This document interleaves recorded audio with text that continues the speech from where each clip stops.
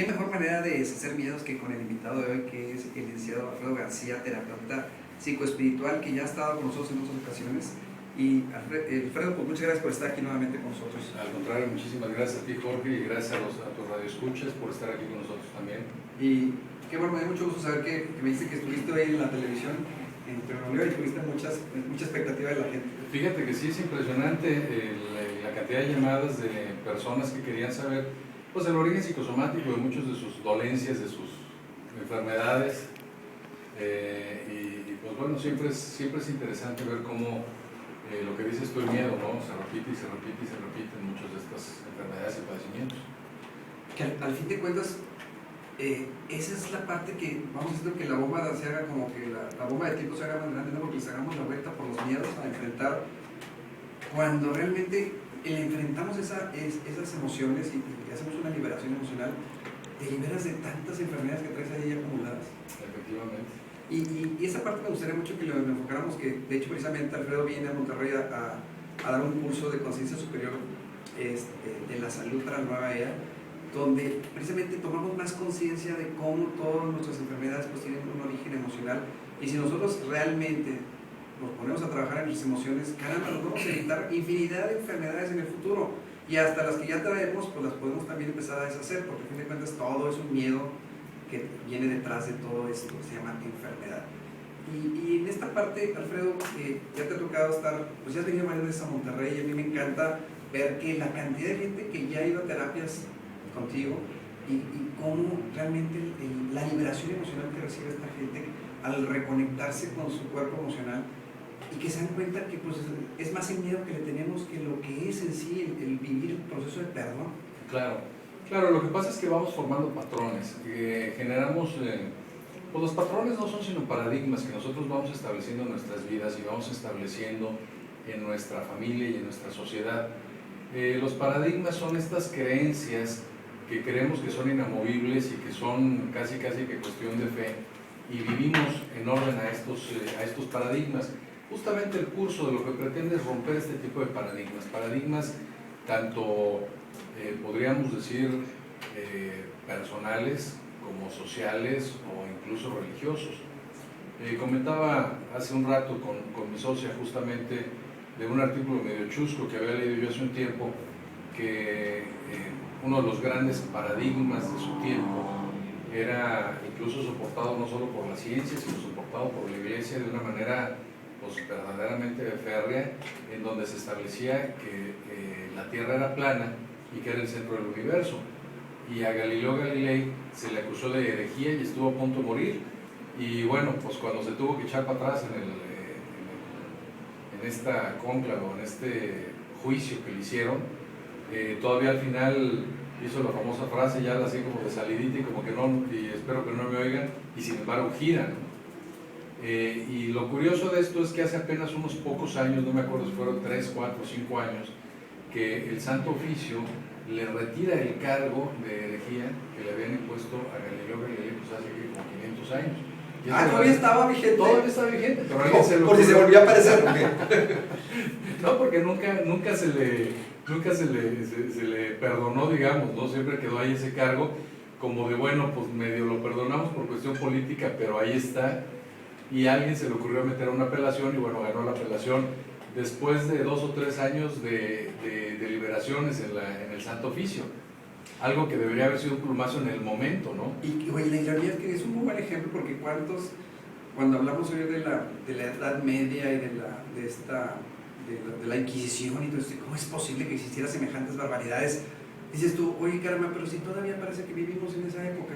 Mira, lo que pasa es que el paradigma en algún punto es necesario. Decía el doctor Stanislaw Graf, un psicólogo, psiquiatra extraordinario que habla mucho de este tema, de la psicología transpersonal y esto, que los paradigmas son necesarios en cierto momento. Un paradigma es creado después de una invención o después de un concepto nuevo. El concepto nuevo empieza a ser familiar para la gente, y cuando ya se ha familiarizado demasiado se convierte en paradigma, se convierte en una verdad inamovible. Y no es sino hasta que llega alguien que busca por un camino totalmente diferente, no agregarle, porque muchos científicos toman una verdad o un paradigma y le ponen adornitos, le quitan, le mueven, hacen experimentos de una u otra manera, pero siguen dejando, digamos, variaciones del mismo paradigma.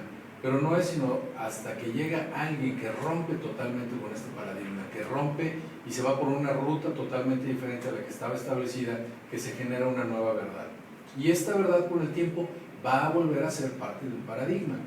Y entonces tendrá que llegar a alguien y romperlo.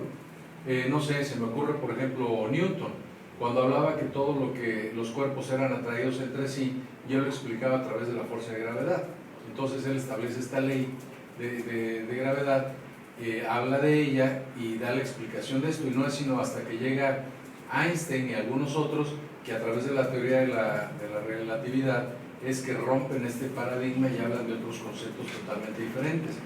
En su tiempo, Newton fue una eminencia y verdaderamente lo que él cambia en la ciencia es extraordinario, hasta que se convierte en paradigma y se tiene que romper. Nosotros de alguna manera lo que pretendemos es romper ese paradigma de la enfermedad, romper la creencia de que hay enfermedades y entender que solamente es nuestro cuerpo comunicándose con nosotros y diciéndonos qué es lo que estamos haciendo mal. La enfermedad como un camino de crecimiento en donde nos van dando una guía, en donde yo sí puedo interpretar lo que mi cuerpo me dice, como si cuando llevas el carro al mecánico que dice en el carro check engine, y dice, bueno, pues yo no sé qué quiere decir check engine, vas con el mecánico, le pone un escáner, y ya que le pone el escáner te dice, ah, mira, lo que pasa es que es la válvula del oxígeno, o es el filtro del aire, o es, no sé, el motor, algo le está fallando, y a través de ese escáner entiendes qué es lo que tu automóvil te quería decir con ese letrerito en el tablero, y pues tomas las medidas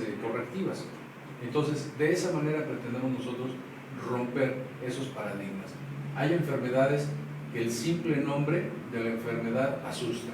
Pero fíjate cómo el simple hecho de la enfermedad muchas veces es una manera de estar conectados con la victimez. Claro. Y desafortunadamente todavía estamos muy arraigados en ese paradigma de victimizarnos. Claro. Porque mientras que sigamos queriendo buscar al responsable afuera de nosotros mismos, llámese gobierno, llámese vida, llámese la pareja, porque andamos buscando siempre un responsable afuera, y rompamos ese paradigma de tener que meternos hacia adentro y decir, oye, no quiero volver a ser víctima y para eso tengo que tomar responsabilidad de mi vida, ese paso como que muchos todavía no estamos muy dispuestos.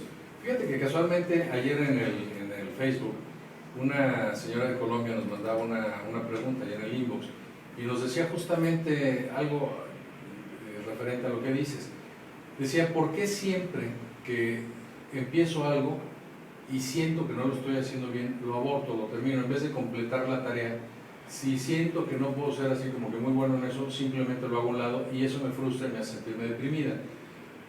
A veces es mucho más fácil, como dices tú, jugar el papel de víctima o simplemente no exponerme a que vean que no soy tan bueno.